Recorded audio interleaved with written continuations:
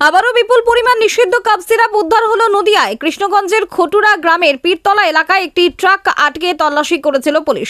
ওই ট্রাকের ভেতরে শরীর চর্চার বিভিন্ন যন্ত্রাংশ ছিল, সাথে ছিল দুটি বস্তা। ওই বস্তার ভেতর থেকে বিপুল পরিমাণ নিষিদ্ধ কাপ সিরাপ উদ্ধার হয়। এরপরই ড্রাইভার ও খালাসিকে গ্রেপ্তার করে পুলিশ। তাদেরকে জিজ্ঞাসাবাদ করে পুলিশ জানতে পেরেছে, উড়িষ্যা থেকে শরীর চর্চার বিভিন্ন যন্ত্রপাতি নিয়ে সীমান্তের সড়ক ধরে আসাম যাচ্ছিল ট্রাকটি। ওই যন্ত্রপাতির আড়ালে নিয়ে যাওয়া হচ্ছিল 749 বোতল নিষিদ্ধ কাপ সিরাপ। মাঝদিয়া এলাকায় নিয়ে যাওয়া হচ্ছিল ওই বোতলগুলি।